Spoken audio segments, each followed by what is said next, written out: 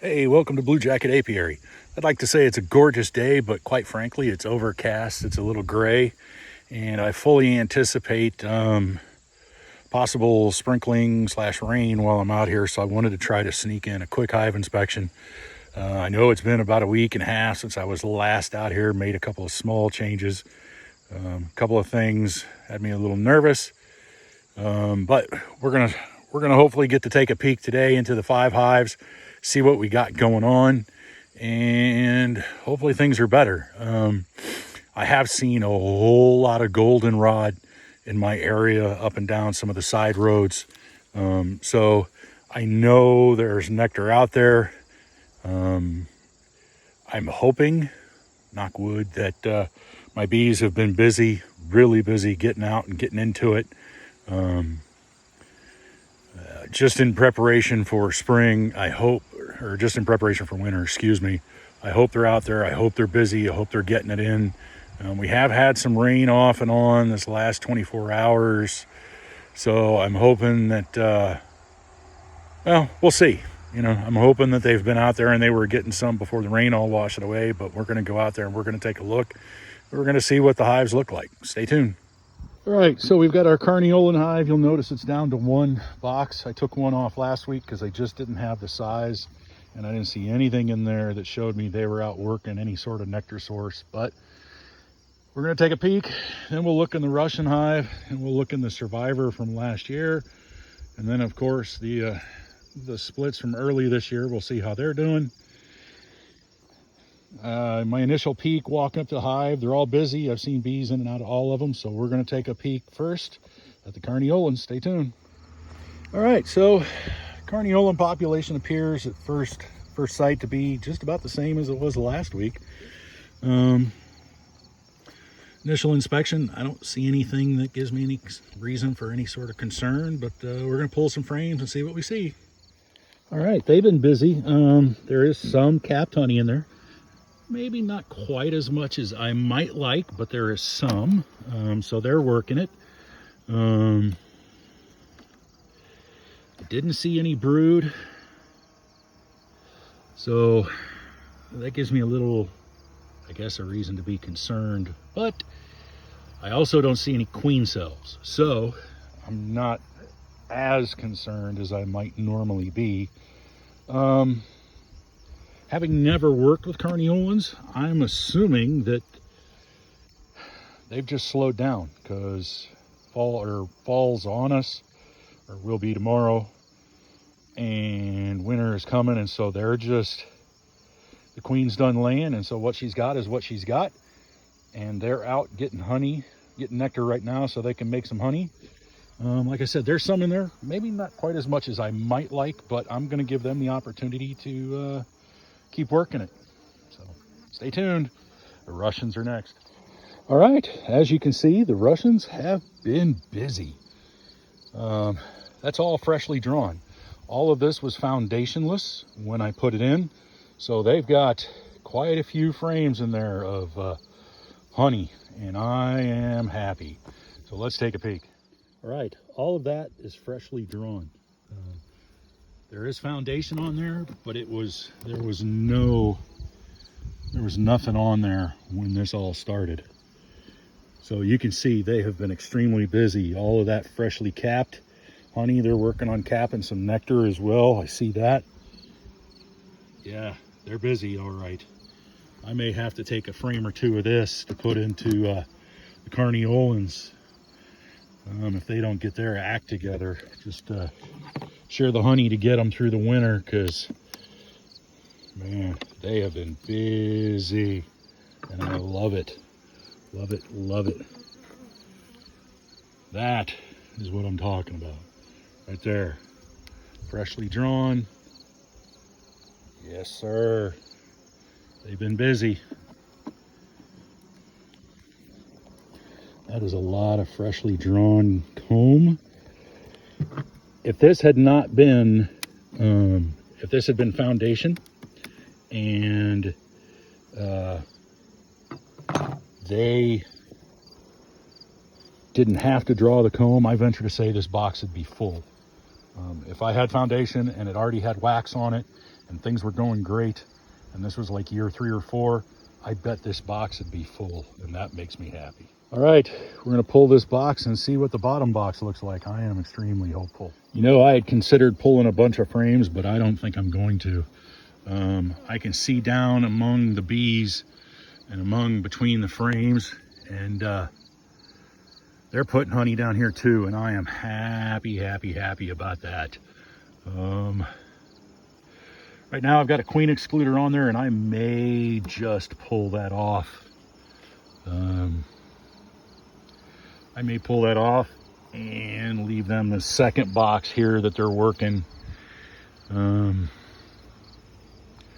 may take a couple of those other frames and put them in with the carniolans. We'll wait and see. But yeah, I think I'm gonna pull the queen excluder and just give them free run of 2 boxes. And we'll let things happen as they happen. I am so excited that this hive is doing so well at this time of year. I'm excited to see they're out working it, because I can look down in there and see a lot of fresh white cappings, and that does my heart good, because that means they're putting nectar both in this bottom box in here as well as in this box. And this is nothing but honey, because the queen excluder kept the queen from coming up here and laying. So all of this is fresh comb, never been laid in, nothing but honey. And I'm happy about that. So stay tuned. We're going to look at our survivor hive next. All right, let's see what our survivor from last year looks like. Well, not bad. They've been busy. It's good to see.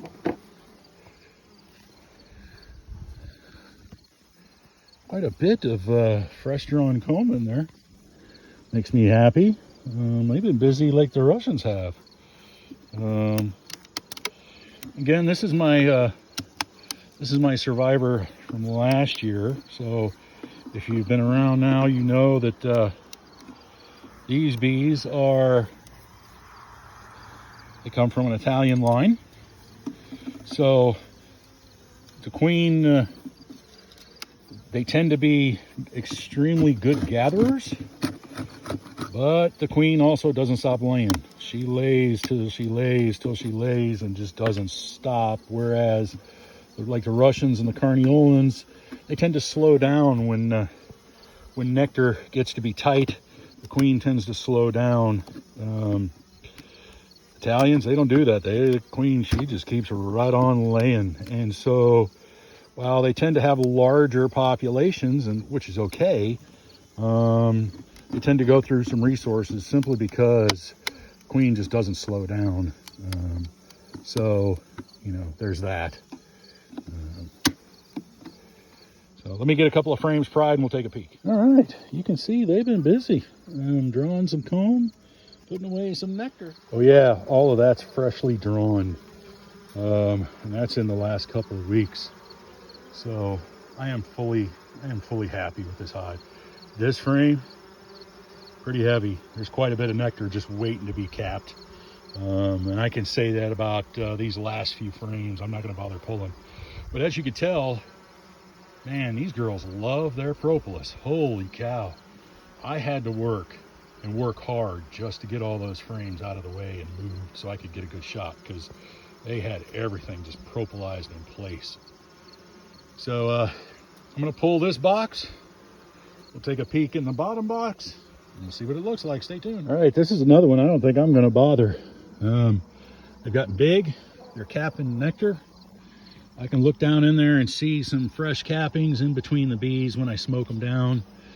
I am happy with the way things are going with this hive. There's no need for me to pull every frame if I don't have to. I am going to remove the queen excluder, and I'm going to go ahead and put this box back up here. And again, I might take a frame of honey out of this one and put it over in my carniolans just because. We'll see. All right, so far I'm happy. 2 out of 3 hives have got me smiling really big. Now let's take a look at our splits and see what they're doing. Stay tuned. Well, my Saskatraz hive has gotten a little bit bigger, it appears. I don't remember whether we had bees up above the inner cover or not, but we're gonna pull it off and see what the rest of it looks like. I am hopeful. I am hoping that they've picked up the pace, and they have. That's good to see. We got some stuff that appears to be ready to be capped. They had plenty of drawn comb, so that's not the issue. The question that I had was, are they going to go out and take advantage of all the goldenrod? And it looks like they have. There's some, I can see some nectar, you know, where they've gone out and gotten it, and it's just waiting to be capped, because I can sort of see around. We're going to take a peek. Stay tuned. All right. So I pulled a single frame and then moved these two, pulled them up, took a quick look at them, and these girls are busy. I mean, they are really busy. There is plenty of nectar in there waiting to be capped. So they're getting after it. These two frames here are probably 80% or better. This one I moved and just took a quick peek at both sides, and I bet it's the same, and I'm betting this one as well, simply because just taking a look at it, looking at all this comb, you know, that's been pulled here and here, I am quite happy. Now the question becomes, what kind of winter are we going to have? These hives are uninsulated, this one and that one. So that means if we have a really nasty winter, they're going to go through stores, and they're going to go through stores pretty quick just to live. My other three, my Survivor, my Russians, and my Carniolans, these are all insulated. Now, they're not, you know, 6 inches of styrofoam insulation, but they are insulated, and it makes a difference. It's going to be easier for the bees to survive if we get a really nasty winter in here than it will be in here. So Chuck, why don't you insulate these hives?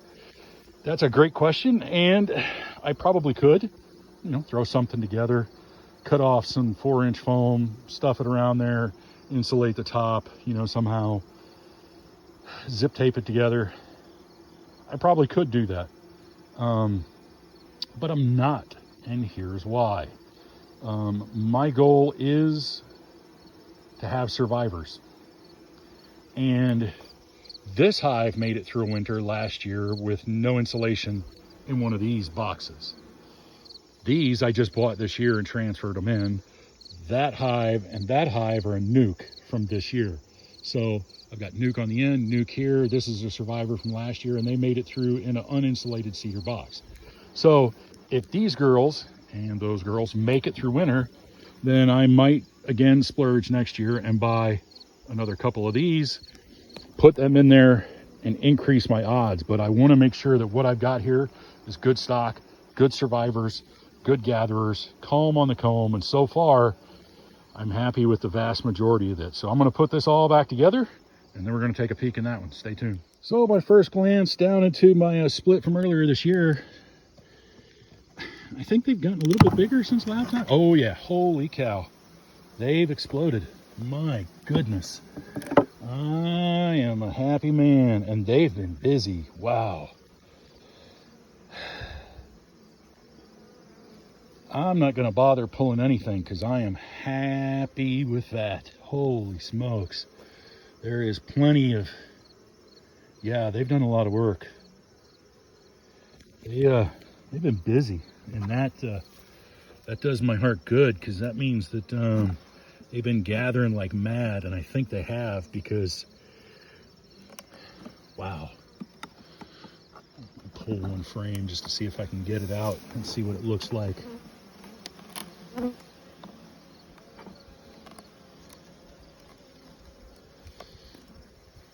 All right, stay tuned. I'm going to pull one. All right, as you can see, down there, there's a large amount of nectar in there just waiting to be capped, and they're working on it. I bet if I pulled that frame, I'd see the same thing. And I could probably say the same thing about every one of these frames going across. Because some of this is white. which means I know it's fresh because they just pulled it. They just drew this comb, and that's okay. You see them all bunched up there doing their thing. Yeah, I am quite happy with this. Man, my hives have really turned around in the last couple of weeks, and that makes me happy. You know, at some point I'm going to remember that bees are bees and they know what they're doing, and I shouldn't worry about it because, you know, they're better at this than I am. And you probably see down there, honey, capped, fresh, nice. Yeah, I am extremely happy with this hive. I am so hoping they make it, because if they do, man, that means that next year, if you know, the weather and the bloom sessions hold out, we could have our first honey harvest at Blue Jacket Apiary, and that's okay.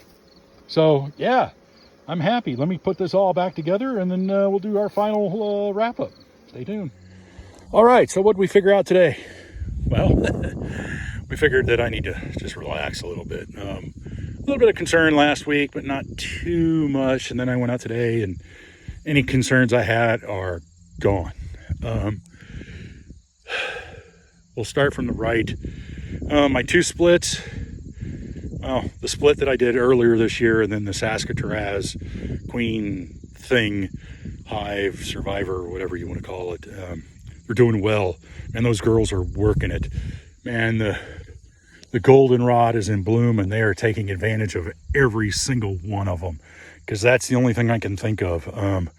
I've seen some other yellow flowers around, but man, goldenrod is just, in our area, in my area, I should say, is everywhere. I can go about a mile down the road, and there's a guy with a field that's probably 40% goldenrod.